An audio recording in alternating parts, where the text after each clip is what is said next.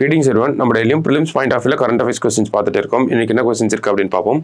First question, what is India's rank in UN's World Happiness Report for the year 2024 அப்படினு கேட்டிருக்காங்க.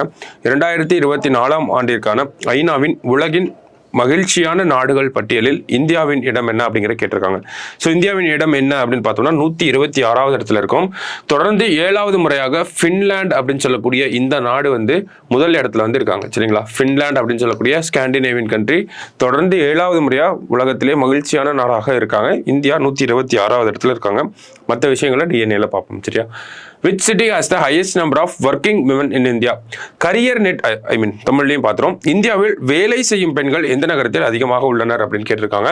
So career net அப்படின்னு சொல்லக்கூடிய இந்த நிறுவனம் நடத்திய இந்த ஒரு ஆய்வில் அந்த ஆய்வின் அறிக்கையை தான் கொடுத்துருக்காங்க. கரியர் நெட் அப்படிங்கிற நிறுவனம் நடத்திய அறிக்கையில் ஹைதராபாத்தில் தான் 34% பெண்கள் வேலைக்கு செய்கிறாங்க, வேலையில் இருக்காங்க அப்படிங்கிறத கொடுத்துருக்காங்க.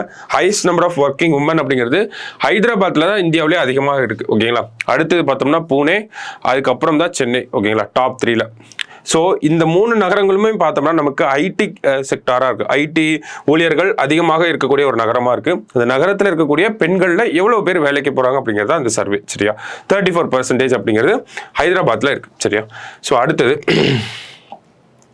India's first indigenously made 1500 HP horsepower அப்படின்னு சொல்றோம் for main battle tanks was developed by அப்படின்னு கேட்டிருக்காங்க.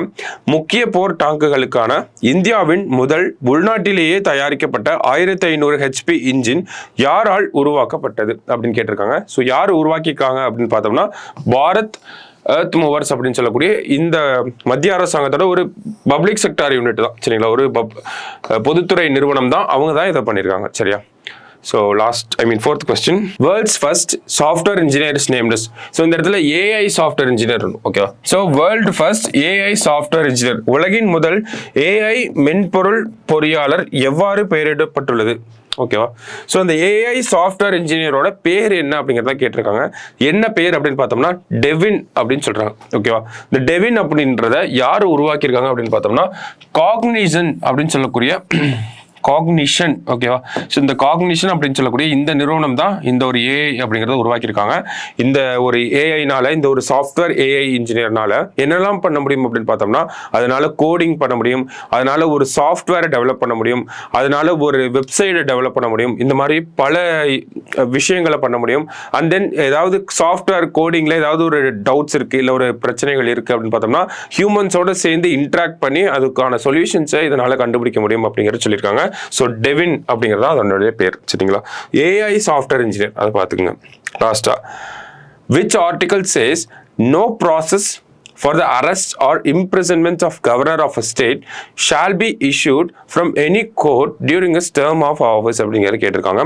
ஆளுநரின் பதவி காலத்தில் அவர் மீது குற்றச்சாட்டுகளை சுமத்தவோ அல்லது அவரை கைது செய்யவோ எந்த நீதிமன்றமும் உத்தரவு பிறப்பிக்க கூடாது என்று கூறும் சரத்து என்ன அப்படிங்கிறத கேட்டிருக்காங்க.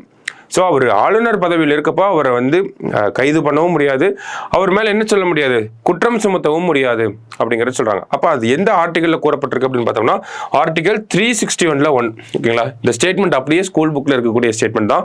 சமீபத்தில் ஒரு சில கட்சிகள் என்ன சொல்லியிருக்காங்க, இந்த ஒரு அதிகாரம் இந்த கவர்னருக்கு இருக்கக்கூடிய இந்த ஒரு அந்தஸ்து, இந்த ஒரு ப்ரிவிலேஜ் அப்படிங்கிறத நீக்கணும் அப்படின்னு சொல்லி வலியுறுத்திட்டே வராங்க.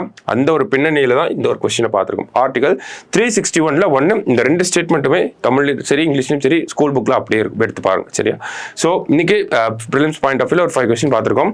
நாளைக்கு இன்னொரு 5 கொஸ்டின்ல மீட் பண்ணலாம். தேங்க்யூ.